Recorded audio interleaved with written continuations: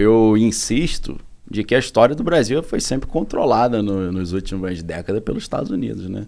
O Brasil já chegou a ter o nome de Estados Unidos do Brasil, sem ser ideia. O Brasil estava debaixo da doutrina Monroe, que era América para os americanos. Depois tiveram lá a política da boa vizinhança. Depois tiveram Aliança para o Progresso. Depois as ditaduras militares, tudo patrocinado pelos Estados Unidos. Aí o fim da ditadura militar também patrocinado.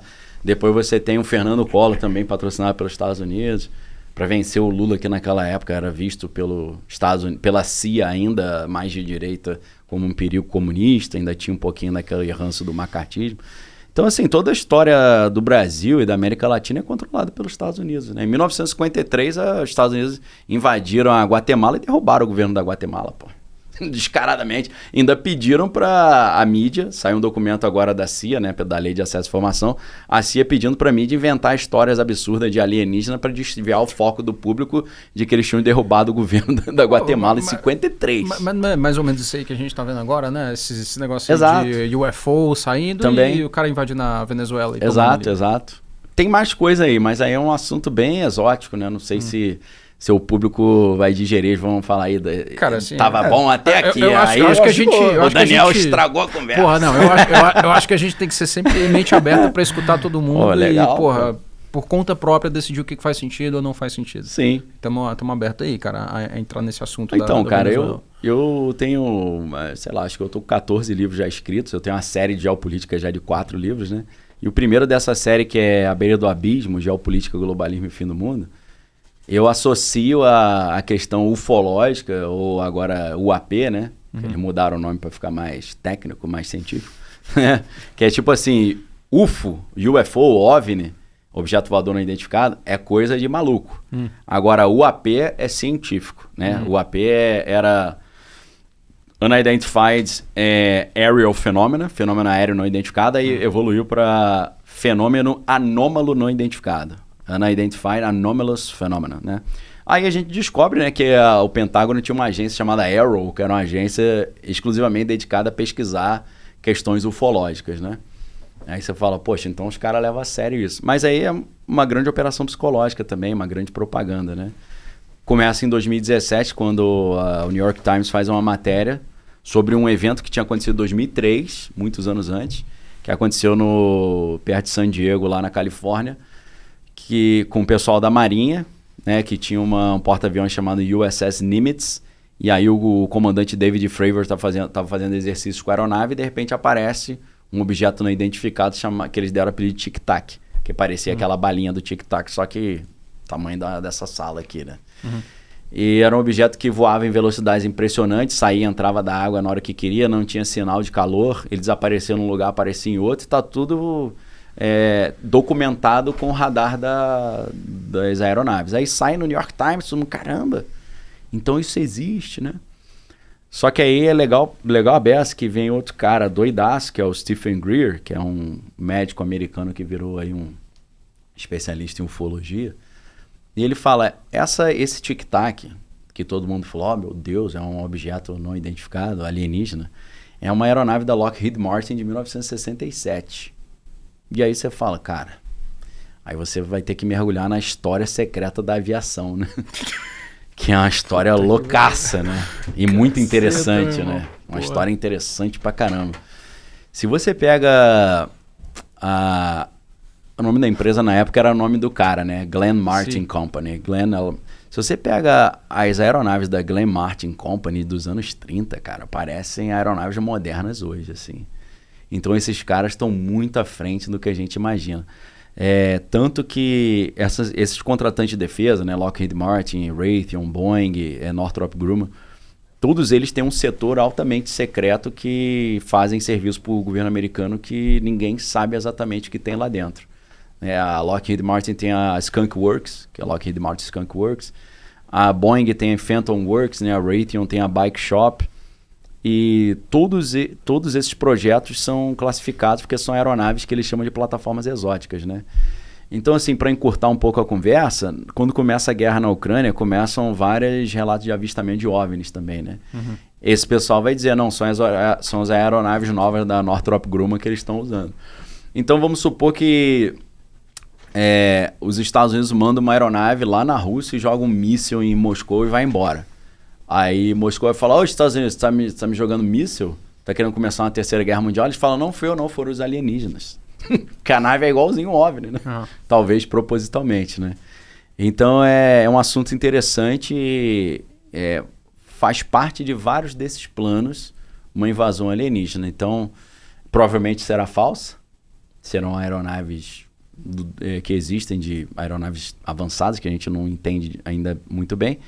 Então, acho melhor a população global se preparar para isso. Você acha cara, então isso é bizarro, cara. Tá maluco, mano. Eu não vai sei de acontecer nada. isso. Eu tenho certeza que vai acontecer. Então, quem não tiver estudado um pouquinho, vai ser convencido que são alienígenas. Vai falar, meu Deus, nós não estamos sós. Mas não é nada disso. Vai ser o maior projeto de operação psicológica da história. É uma tecnologia que é segregada da mídia dos totalmente holofotes, segregada. É um projeto Manhattan 2.0. Inclusive, isso é interessante, quando a gente fala assim, naves alienígenas. Quem que toma conta disso? É o Departamento de Energia. Por quê? Porque essas aeronaves têm meios de propulsão que, em tese, são desconhecidos. E muitos têm relação com energia nuclear. Então, eles estão tratando com um tipo de energia que pode ser usado para bombas atômicas também ou para novas armas. Então, toda a parte mais refinada dos acontecimentos reputados como alienígenas são controlados pelo Departamento de Energia, que foi o mesmo departamento que desenvolveu a bomba atômica no projeto Manhattan. Cara, 8 bilhões de pessoas. Você acha que escassez hoje é algo fabricado? É facinho de fabricar, né? Você fecha um estreito de 30 quilômetros, que é o Estreito de Hormuz, você gera uma escassez de tudo. Porque se você acaba com o petróleo e o gás natural, você está acabando com o fertilizante também. Acabou, aí você tem fome no planeta. Aí vem aquela história da comida industrial, comida artificial, a carne artificial, né? Que eles apresentam como uma coisa linda, mas é um alimento ultraprocessado, né? Cheio de corante, conservante. Cara, pra quem ouve isso aqui, é um pouco doomer, assim, né? Tipo, putz, vai ferrar pra todo mundo. Mas assim, o que o indivíduo pode fazer? A primeira coisa é a informação. Porque é um grande sistema de engano, né? E o sistema de engano, ele opera pelo medo. Então, se você for pego de surpresa, com isso você vai ficar com medo e você vai aceitar a proposta que o Estado sempre faz num cenário de caos, oferecer para a população abrir mão da sua liberdade em troca de segurança. Que foi o que o Covid fez um pouco, né? O Covid e o 11 de setembro também. Né? O 11 de setembro já era algo que estava já sendo gestado há muito tempo, né? Tanto que você teve um atentado terrorista nas Torres Gêmeas em 1993, que foi um caminhão-bomba no subsolo que tinha o objetivo de derrubar a torre, mas não derrubou porque a coluna principal aguentou bem. Então já havia ali uma proposta de uma legislação antiterrorismo nos Estados Unidos, só que para essa legislação sempre chegava na pauta lá da Câmara e não era aprovada porque você não tinha justificativa, né? Aí aconteceu o atentado de Oklahoma, aí começa a aparecer aqueles malucos Timothy McVeigh, né? O Unabomber e por aí vai. Mas só depois do 11 de setembro eles conseguiram aprovar essa legislação que ficou conhecida como ato patriótico, né? Então, o que o ato patriótico faz? Em troca de segurança, ou seja, de espionar todo mundo nos Estados Unidos, e é nesse contexto que surge a Palantir Technologies, e não apenas a Palantir Technologies, todas as redes sociais surgem ali em 2003, nesse contexto da guerra ao terror. Então, a rede social surge como evolução no projeto da CIA chamada LifeLog, que era para monitorar o que está todo mundo falando, fazendo, pensando, né? Inclusive, Facebook começa, o que você está pensando agora? Não? Você pensa, fala, pô, você é curioso, hein, irmão? Pô, daqui a pouco o computador vai entrar na minha cabeça, Você quer só falta saber a cor da minha cueca, pô. Você quer o quê? A senha do meu cartão. Eu tô pensando, não te interessa o que eu tô pensando agora, pô. Então, a CIA tinha 2 projetos, que era o Total Information Awareness, que era para espionar todo mundo, só que era em sigilo, e tinha o projeto LifeLog, que era também para cada indivíduo ter um banco de dados ali com todos os dados dessa pessoa, até para fazer um trabalho ali de pré-crime para ver se esse cara tem potencial terrorista. Tem um filme sobre isso, Minority Report, que já é uma história antiga lá do Arthur C. Clarke, se eu não estou enganado. Então, quando o Congresso descobre que a CIA estava espionando a própria população americana, o que não pela lei Smith-Mundt não podia fazer, apesar de que o Obama depois ele autoriza isso. O que eles fazem? O que eles fazem que eles sempre... É a mesma coisa que eles fazem quando descobrem algo não muito legal que a CIA está fazendo. Eles terceirizam para o setor privado. Então, o projeto Total Information Awareness e o LifeLog, ele termina no dia 2 de fevereiro de 2003, se eu não estou enganado. No dia 3 de fevereiro, o Mark Zuckerberg cria o The Facebook, que depois vira Facebook, né? E quem foi um dos primeiros investidores no Facebook? Peter Thiel. Já totalmente aliançado com o setor da inteligência. Por quê? Porque o Peter Thiel, quando ele, junto com o Elon Musk, eles criaram o PayPal ele tinha um sistema muito bom de antifraude. E sem falar que aquilo ali é o protótipo do conceito de fintech de moeda digital, né? Pelo menos no setor mais público. Então, pensar em Peter Thiel, você está pensando no cara que inventou essa ideia de comércio digital. O projeto era tão bom que a CIA puxa esse pessoal para ajudá-los a fazer a evolução desse sistema antifraude. E aí a Palantir surge exatamente nesse contexto, né? A Oracle também vem daí, né?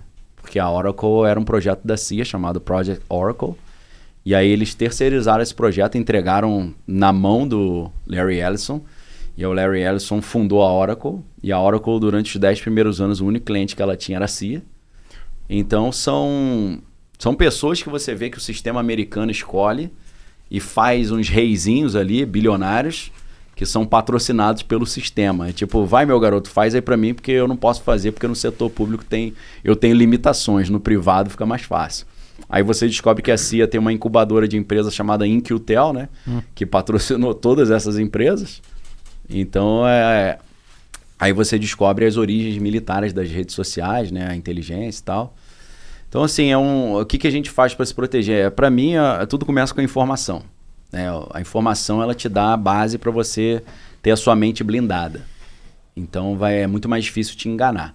Então, esse é o primeiro passo. O segundo passo é você entender, pegar aquele mote do Tony Robbins, né? Tony Robbins é mais coach, né? Mas o título do livrão dessa grossura, que é o Dinheiro Domina Esse Jogo, é você entender como é que esse jogo é jogado.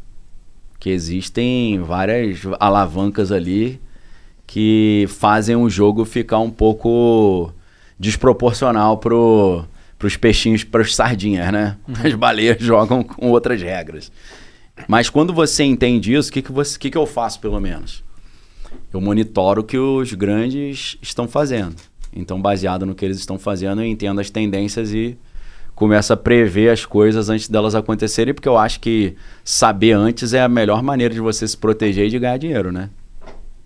Então, você saber ler as tendências, foi assim que Soros e companhia ficaram muito ricos, né? É assim que, em tese, um sardinha pode se tornar uma baleia? É exatamente isso. O meu dever de casa predileto é acompanhar o que o setor da inteligência está comentando e o que os poderosos estão fazendo.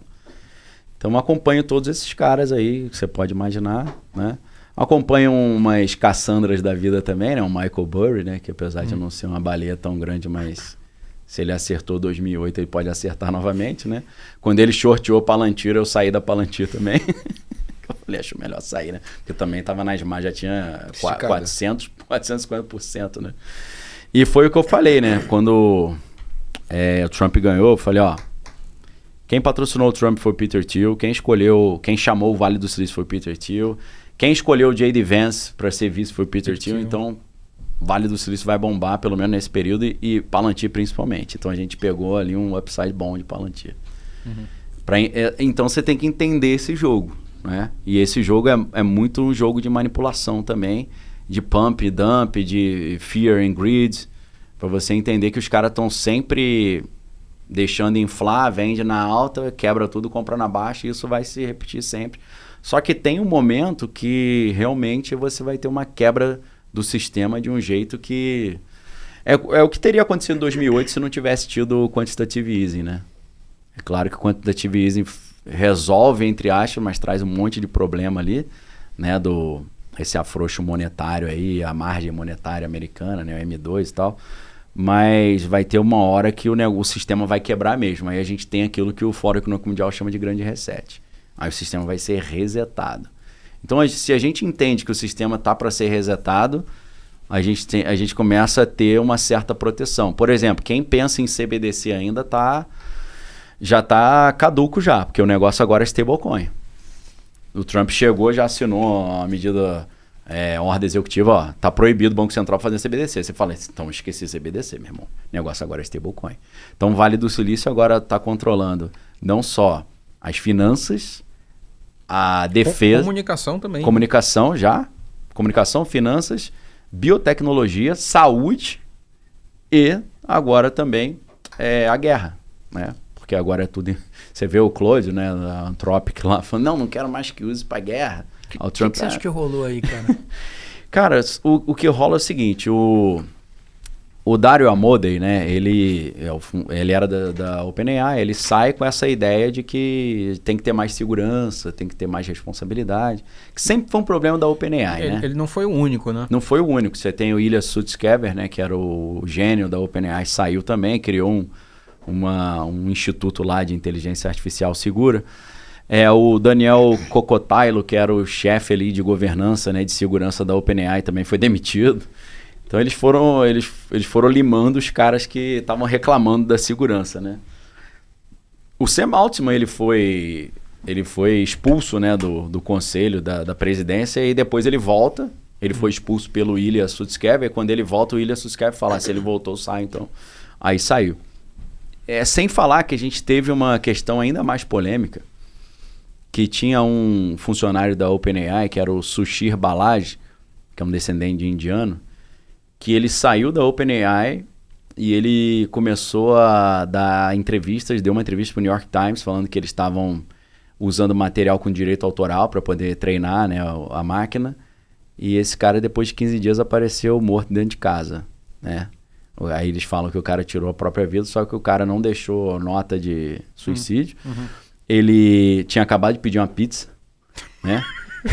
Tinha sangue no banheiro, no quarto e na sala. Pô, mano. Não tinha história que ele era depressivo também? Acho que os caras pesquisaram sobre isso. Não tinha nada disso. Os pais falaram que ele tinha acabado de voltar de uma viagem com os amigos para a Ilha Catalina, lá na Califórnia, que é um lugar legal pra caramba.